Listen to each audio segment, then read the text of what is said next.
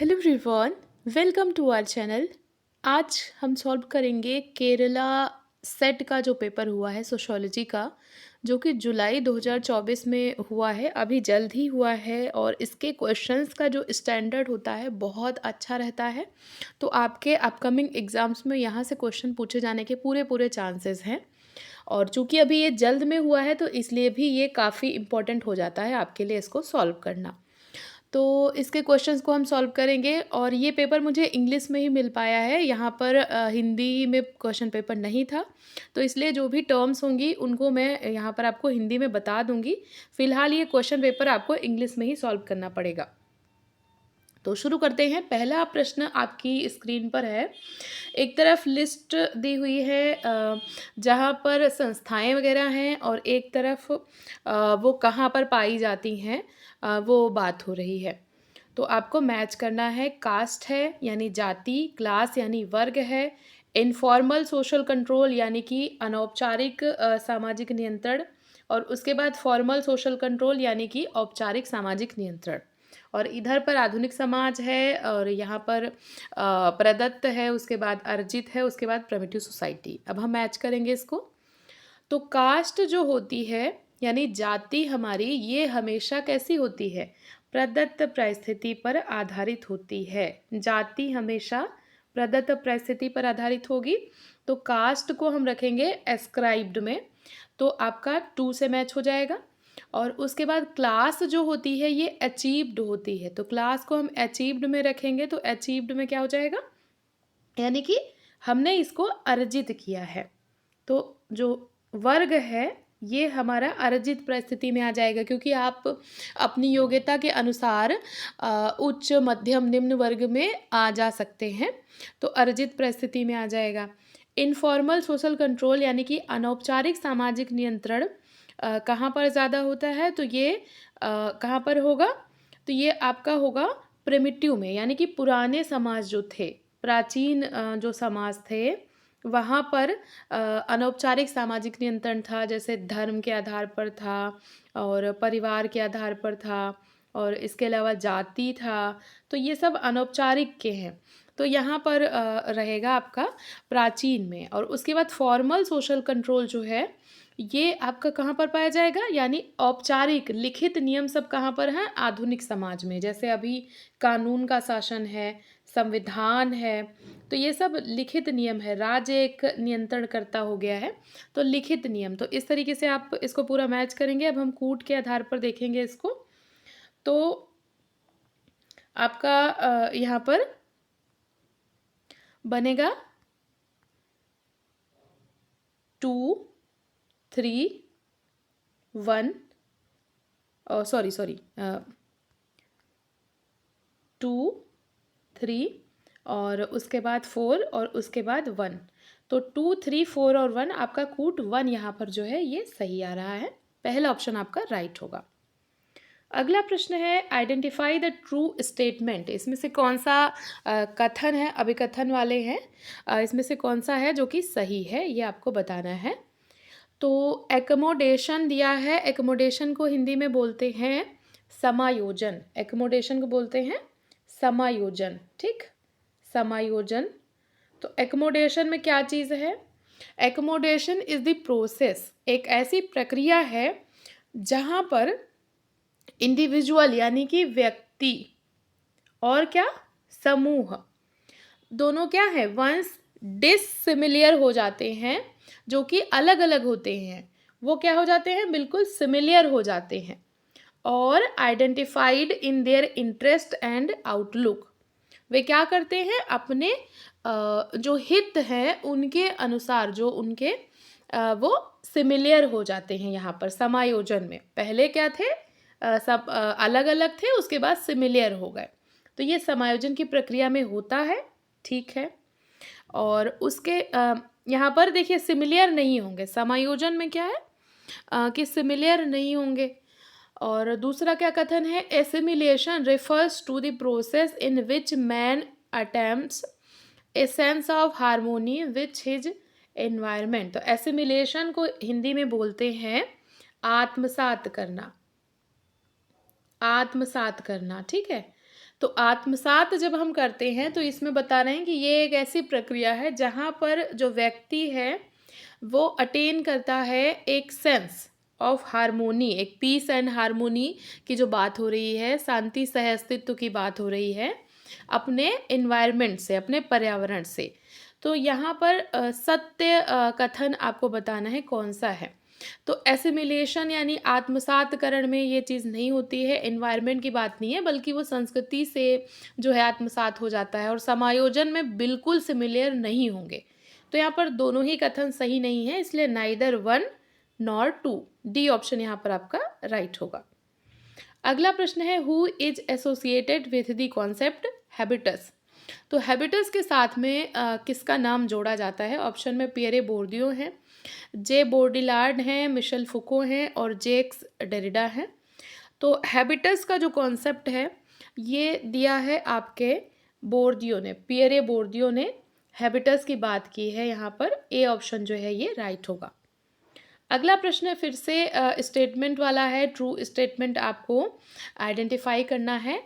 तो पढ़ते हैं कथन को। एंटीसिपेटरी ऑब्जर्वेशन की बात हो रही है। एंटीसिपेटरी ऑब्जर्वेशन को हिंदी में कहते हैं पूर्वाभासी समाजीकरण। क्या बोलते हैं? पूर्वाभासी समाजीकरण, इसको बोलते हैं एंटीसिपेटरी सोशलाइजेशन को। तो पूर्वाभासी समाजीकरण में क्या होता है? रेफर्स टू द प्रोसेस, एक ऐसी प्रक्रिया है जहाँ पर सोशलाइजेशन यानी समाजीकरण होता है। कैसा? In which a person rehearse for future position, जो भविष्य में आने वाली उसकी परिस्थितियां हैं जो उसको भविष्य में मिलेंगी, मतलब अभी मिली नहीं है लेकिन भविष्य में उसको कोई परिस्थिति मिलेगी, कोई व्यवसाय होगा या कोई संबंध होंगे, उनके लिए वो अभी से रिहर्सल करता है, प्रैक्टिस करता है। क्या पूर्वाभासी समाजीकरण में ये होता है? बिल्कुल सही बात है, पूर्वाभासी समाजीकरण में ऐसा ही होता है। जैसे अभी आप लोग पहले से ही रिहर्स कर रहे हैं असिस्टेंट प्रोफेसर की या प्रवक्ता बनने की, तो अभी से आपको वो पोजीशन मिली नहीं है, फ्यूचर में मिलेगी, लेकिन आप अभी से उसकी रिहर्सल कर रहे हैं। दूसरा कथन क्या कह रहा है? रीसोशलाइजेशन। रीसोशलाइजेशन को हिंदी में बोलते हैं पुनर्समाजीकरण। पुनर्समाजीकरण, पुनर्समाजीकरण में क्या चीज़ होगी? refers to the process of discarding former behavior pattern and accepting new ones as part of transition in one's life। कथन में कह रहे हैं कि पुनर्समाजीकरण में जो हमारे पहले के स्थापित व्यवहार प्रतिमान थे उनको हम नकार रहे हैं। डिस्कार्डिंग मतलब उनको हम नकार रहे हैं, ठीक है, उनको मना कर रहे हैं, उनको छोड़ रहे हैं, और नए जो न्यू वंस हैं उनको हम अपना रहे हैं अपने जीवन के ट्रांजिशन में। तो क्या पुनर्समाजीकरण में ये होता है? बिल्कुल होता है। जैसे किसी का विवाह होता है तो अपने यहाँ के मूल्यों को छोड़ करके ससुराल के मूल्यों को सीखता है, तो वहाँ पर उसका पुनर्समाजीकरण होगा, एकदम से बिल्कुल नए नए मूल्यों को वो सीखेगा। तो दोनों ही सही हैं, पहला भी सही है दूसरा भी सही है, इसलिए आपका बोथ ए एंड टू यानी कि सी ऑप्शन जो है ये राइट होगा। अगला प्रश्न है which of the following are the objective of land reform. कल की वीडियो में एक लोग का प्रश्न भी था मुझसे कि लैंड रिफॉर्म के क्वेश्चंस मैम करवाइए। देखिए उसी तरीके के प्रश्न इसमें हैं। तो लैंड रिफॉर्म के ऑब्जेक्टिव्स यानी उद्देश्य क्या क्या हैं यहाँ पर पूछ रहा है। तो 3 दिए हुए हैं, आपको बताना है इसमें से कौन सा जो है सही है। तो putting a ceiling on land holding. Ceiling का मतलब होता है जैसे एकदम से बंद कर दिया जाए कि चीज़ों को। तो लैंड होल्डिंग यानी भूमि जो बहुत सारे लोगों ने इकट्ठे कर रखी थी उनको एकदम से बंद कर दिया गया और डिस्ट्रीब्यूट किया गया यानी वितरित किया गया। भूमि वितरित की गई लोगों के बीच में जिनके पास पे भूमि नहीं थी, जो लैंडलेस थे, जो भूमि जिनके पास भूमिहीन किसान थे। ठीक, तो ये बात सही है, भूमि वितरित की गई और जिन्होंने इकट्ठा बहुत सारी जमीन हथियार रखी थी तो उनसे छीना गया। एबोलिशिंग द इंटरमीडियरीज वो वेर एक्सप्लॉइटिंग द फार्मर्स।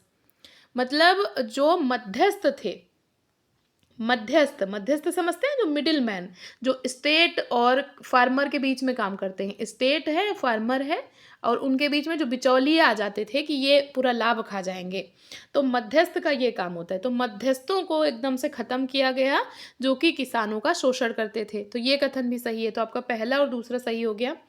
तीसरे कथन में बात हो रही है consolidation of land holding and prevention of land fragmentation. तो ये चीज़ भी यहाँ पर की गई थी।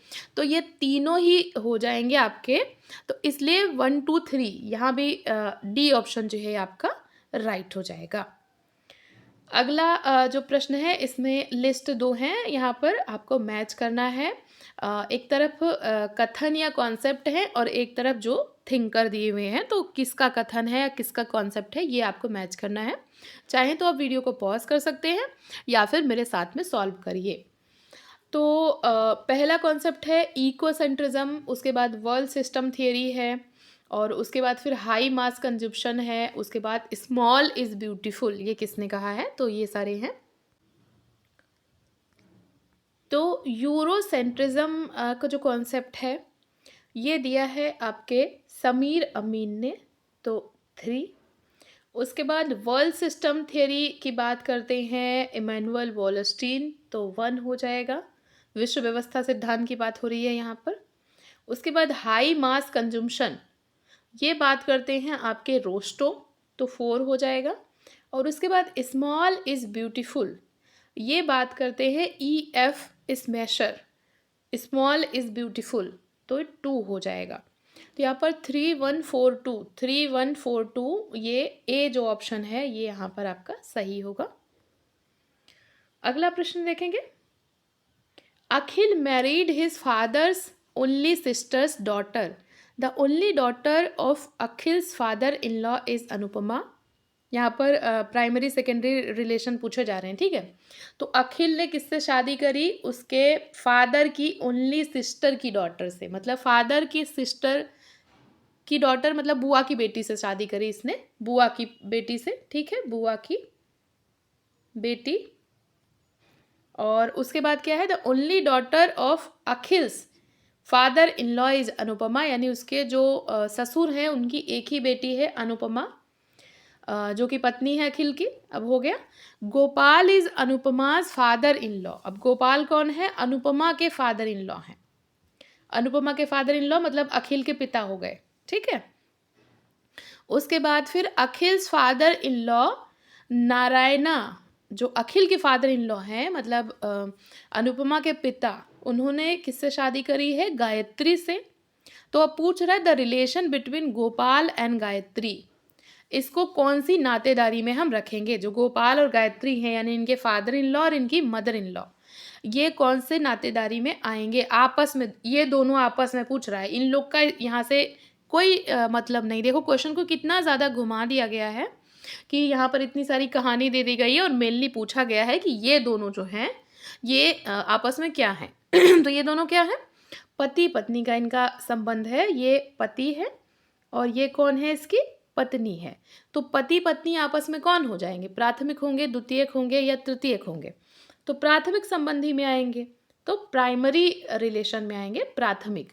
ए ऑप्शन जो है यहाँ पर आपका सही हो जाएगा, प्राथमिक संबंधी है।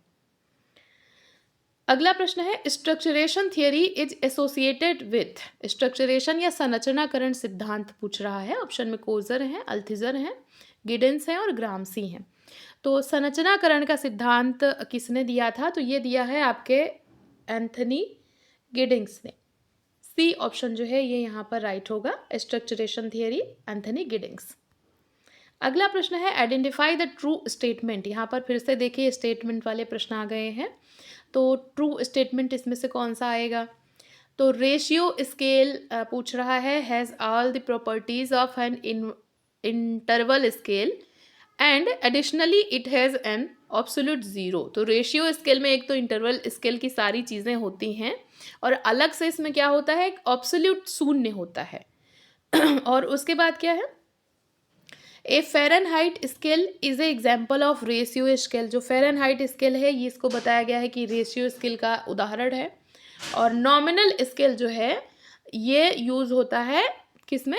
क्वांटिटेटिव स्केलिंग में, यानी कि परिमाणात्मक स्केलिंग में नॉमिनल स्केल का यूज़ होता है। अब आपको बताना है कि इसमें से कौन सा जो स्टेटमेंट है वो एग्जैक्टली राइट है।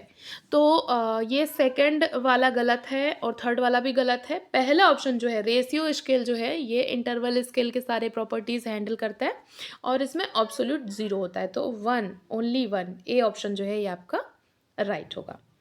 अगला प्रश्न है values are general standards and may be regarded as higher order norms who gave this definition of social values.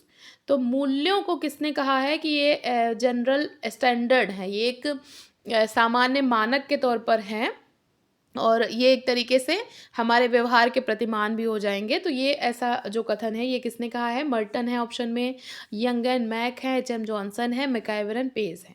तो ये कथन संबंधित है आपके एच एम जॉनसन से। सी ऑप्शन यहाँ पर आपका सही हो जाएगा। तो ये सारे प्रश्न हैं, आगे भी इसके प्रश्नों को मैं सॉल्व करवाऊंगी। आपको ये वीडियो कैसी लगी कमेंट करके ज़रूर बताइएगा। ऐसे ही पढ़ते रहिए, अपने गोल की तरफ आगे बढ़ते रहिए। वीडियो देखने के लिए थैंक यू सो मच।